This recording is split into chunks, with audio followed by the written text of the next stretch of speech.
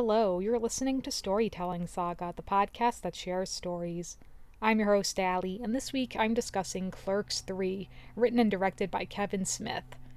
This movie took me on an emotional fucking roller coaster. I teared up the second the opening song started. Like, the second that piano key struck, I teared up. I was like, what the fuck is wrong with me? I've said this before. I get emotional so easily, but I was like, oh my god, let me get my tissues. I'm already tearing up. I just love that song. Welcome to the Black Parade by My Chemical Romance. That song came out when I was in high school, so what a great song. And they are from New Jersey, so this movie, of course, being a love letter to a lot of things. To Clerks, the franchise, to the very first movie Clerks, to the fans, to the people who worked on Clerks, and to New Jersey too. And I it's this movie unfortunately coincided with a tragic event in my personal life. I don't, we had to put our cat to sleep. I don't want to get into all that. So, unfortunately, I was already like emotional going into it. But having separated myself from that now, it's been a couple of weeks since I've seen this movie because at the time when I watched it, I was way too emotional. I was just, oof, it was intense. But now having, it's been a couple weeks and it's just, I did like the movie. It's very sad. I don't love that. Spoiler alert. He ended up killing Dante after all these years. The one thing I can respect about that, though, is that he clearly had that vision. If he wanted to kill off this character, then kudos to him that he finally got to do what he wanted. But I felt that it wasn't necessary. Like, it was really sad. It just felt like overkill, pun intended, to have the two main characters in this movie, Randall and Dante, both have a heart attack.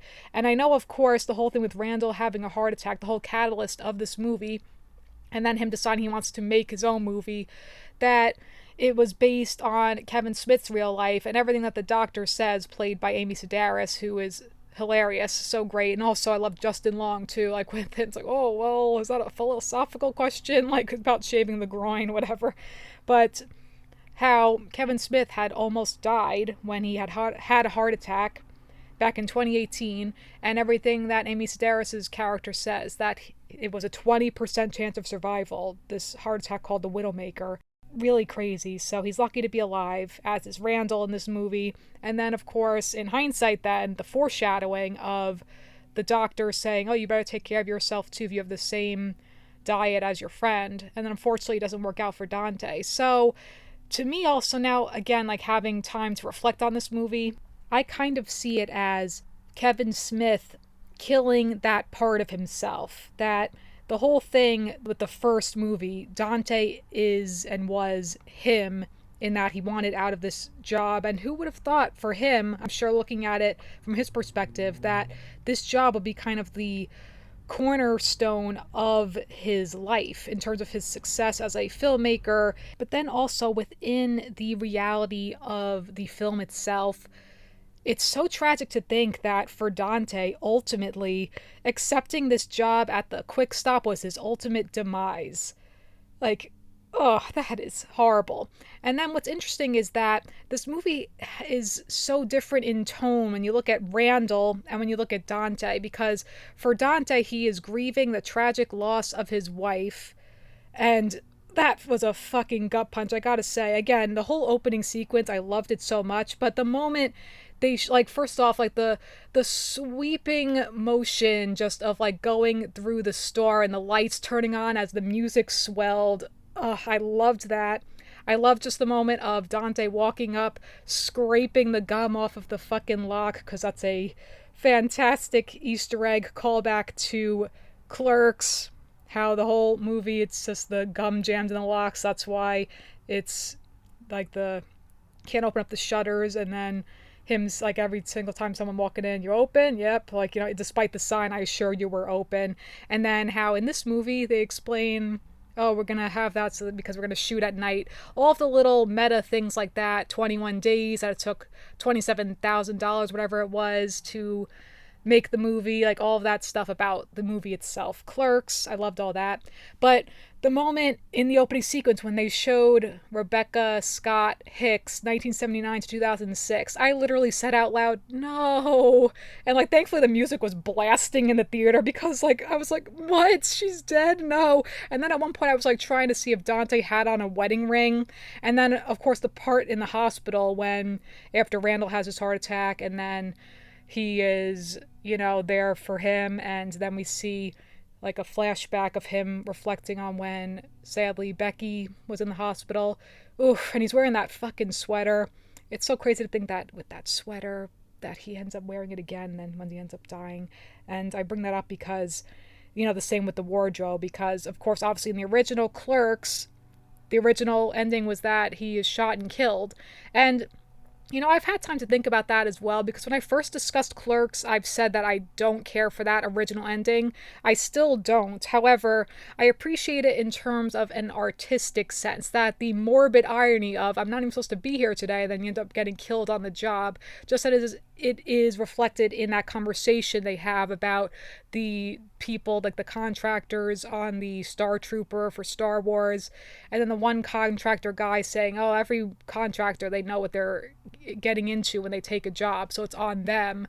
And I have to say, I rewatched Clerks leading up to watching Clerks 3. When I first watched Clerks, I watched in the order I've seen the films. I watched Clerks 2 first, when I discussed it on this podcast, and then I watched Clerks. And Clerks really is such a well-written movie. There's so many nuances of it in terms of the relationship between Dante and Randall, the way Dante and Randall treat the customers, that Randall truly, truly does not give a shit.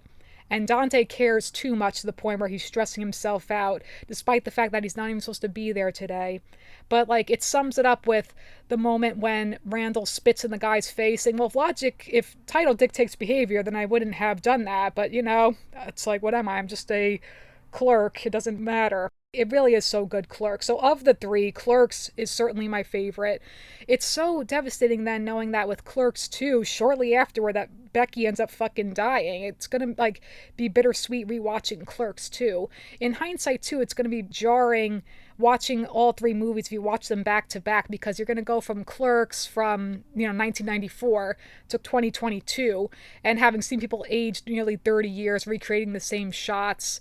And I liked that, though. I thought it was really cool. It's just, despite all of the meta aspects of the movie, which I always love that stuff, like even all the stuff with Jay and Silent Bob. Jay, to me, was the MVP. Everything out of his mouth was fucking hysterical. I loved the beginning with him dancing, and that they have the THC weed store now, and then they had a customer and they're still trying to do like a shady drug deal despite the fact that it's legal now. And it's like, oh, that's how he did it in the 90s, son.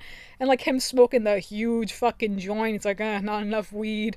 And with Silent Bob too, how it's just very much Kevin when he explains like when they're going to make the movie. He's like, oh, well, I was thinking this and blah, blah, blah, saying all that, but that's just me because I'm a filmmaker, That felt more so like Kevin than it did like Silent Bob. But, Silent Bob and Jay are just a fantastic duo. I still got to watch freaking like Mallrats. And I know there was a couple years ago, Jay and Silent Bob, the reboot, which apparently people were not big fans of. But I got to check out those movies because I do like Jay and Silent Bob.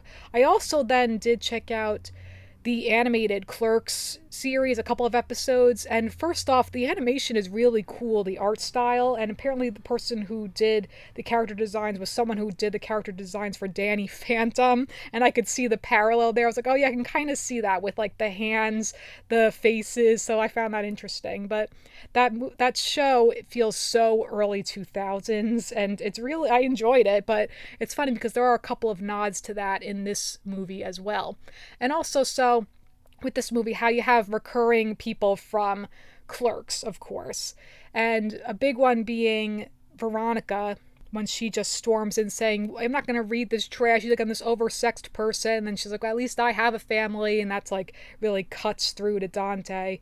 Because again, going back to what I was saying, that the tones in this movie of Randall getting this new chance at life, deciding he wants to make a movie, and then with Dante struggling with the loss of Becky and their unborn child, when she says, I know it was hard for you when you lost me and Grace. That was crushing. But their whole conversation, again, mirroring Clerks II, when she's saying, I told you, Hicks, I don't believe in romantic love. And then she's talking about how there's nothing to do, we just fuck each other all day, like all these dead people having sex. And then him saying, oh, I bet you let them go ass to mouth, like all the stuff from Clerks 2. Also, speaking of Clerks 2, with Elias, I thought he was used so well. I didn't really care for Blockchain with like a new version of, oh, that's his Silent Bob. That was okay. But I love the whole thing with him becoming a fucking Satanist. And the part in the hospital, he's like, well, I'm an actual virgin. Like, he's the poor guy.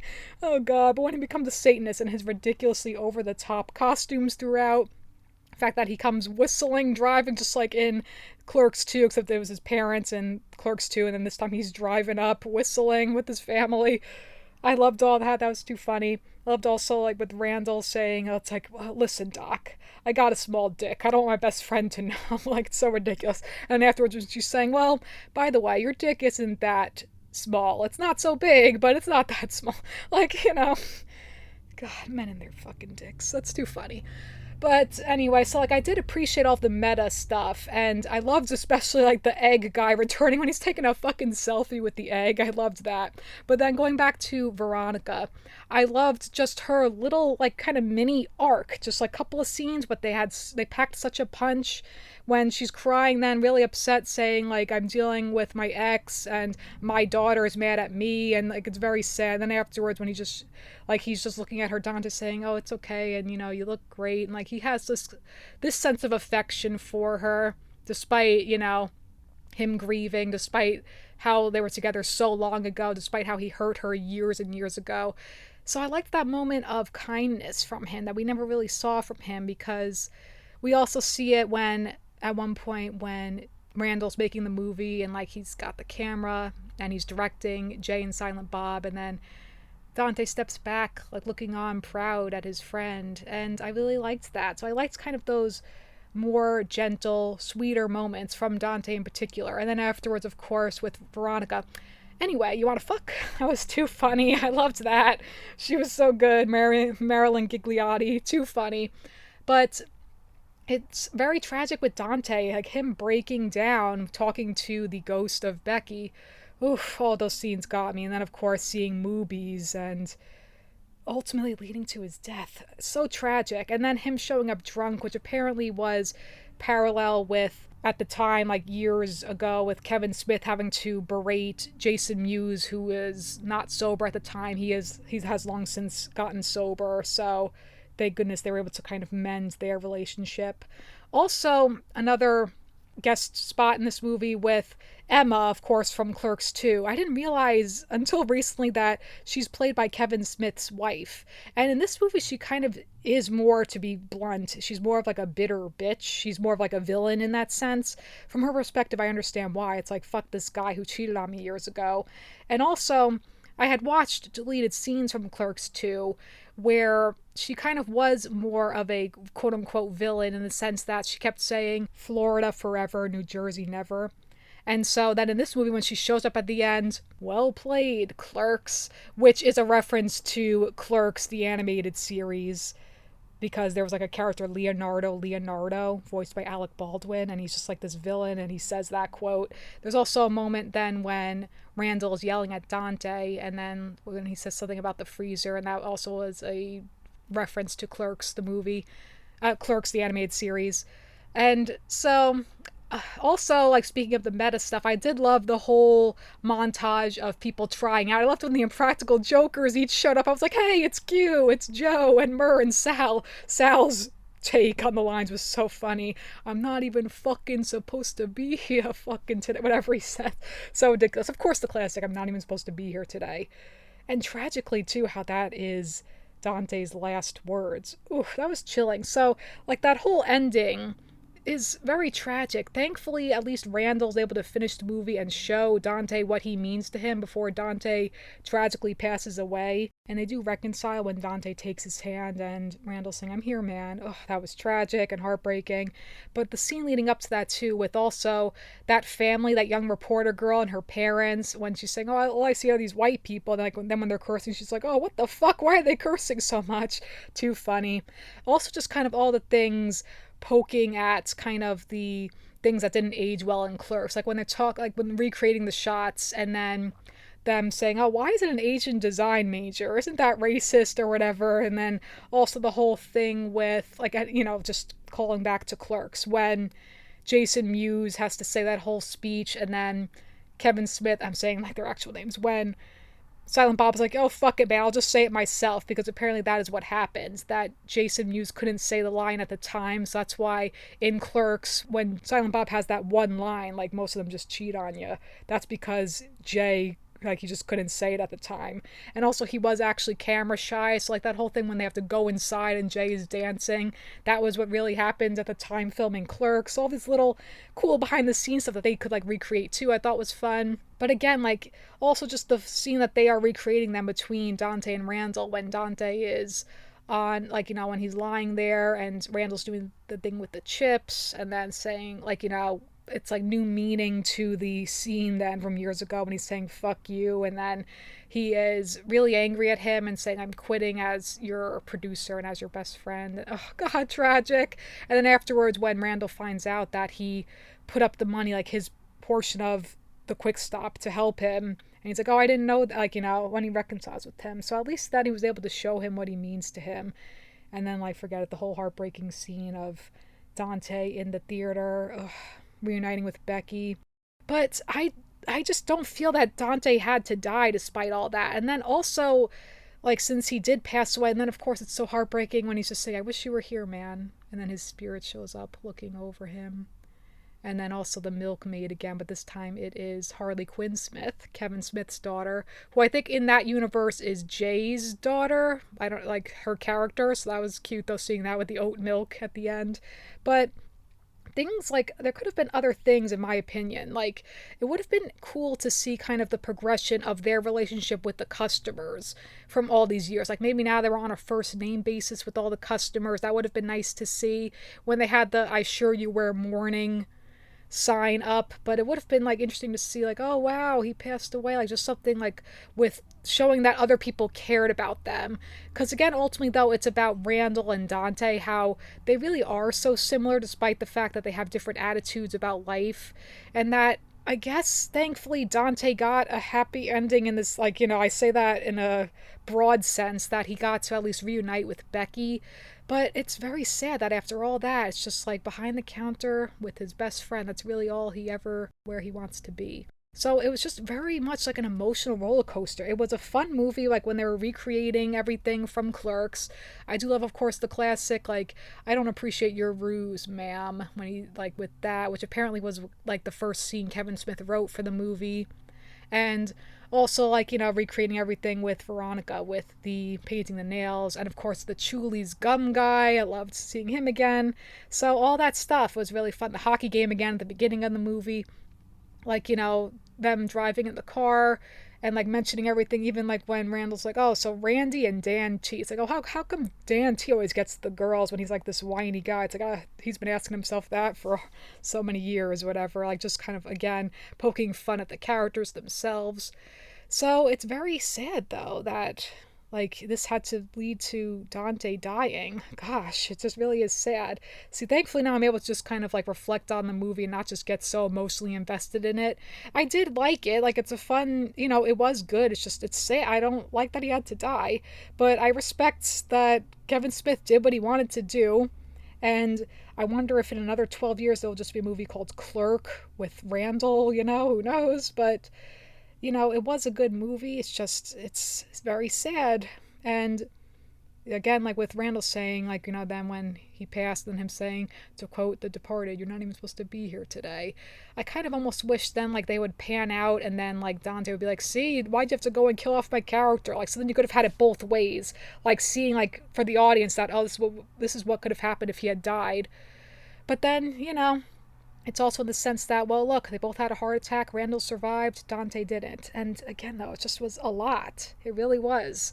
Just very sad. Ugh. But, poor Becky, too. Very sad, too. I know also there were earlier drafts of this movie where originally it was going to be that apparently there was like a pop-up store of some sort, a hurricane, I think, and Dante was still going to die, I think, but then also he and Becky had their daughter. Becky had died from like a burglary instead of a car crash, so the daughter was maybe like a teenager now, or maybe 12 or something, and then ultimately Randall was going to end up raising her. So that would have been really poignant, and obviously a very different movie, but that would have at least been Dante living on, and then Randall having like this new successor of, now I'm raising my best friend's kid. That would have been really beautiful, I think. But again, at least, at least they had their final moments of showing that they truly care about each other despite pushing each other, and that Dante saw what Randall, how he saw him, that you're the main character in my movie. And then when Dante gets up saying, I trust the director, that was really lovely. So I did love the poignant moments, but it was just very sad, but I did like it. And again, I loved Jay. Jay is great when he kept fucking up the line saying, oh, there's so many behinds in the world, whatever. And then, Silent Bob steps in to say it.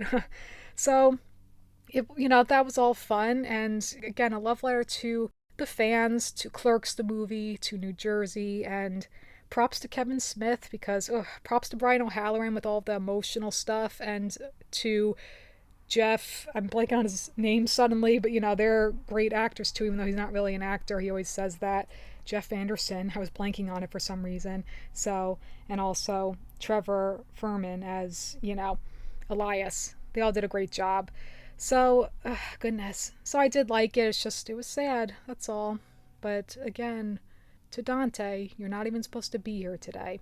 And with that is going to conclude this week's episode of Storytelling Saga. Be sure to visit storytellingsaga.com for all places to listen and where to follow on social media. And as always, feel free to send me any questions, comments, or writing prompts by emailing me at storytellingsaga@gmail.com. Next episode, I will be discussing the second and final season of Kevin Can Fuck Himself. Until then, thank you for listening, and remember, write what you love.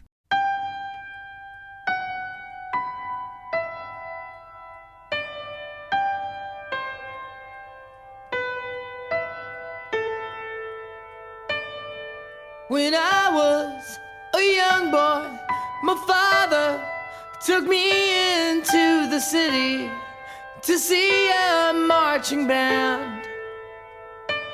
He said, son, when you grow up, would you be the savior of the broken, the beaten, and the damned?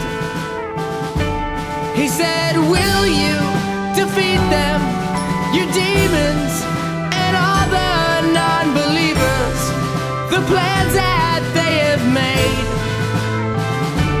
Because one day I'll leave you a phantom to lead you in the summer to join the Black Parade.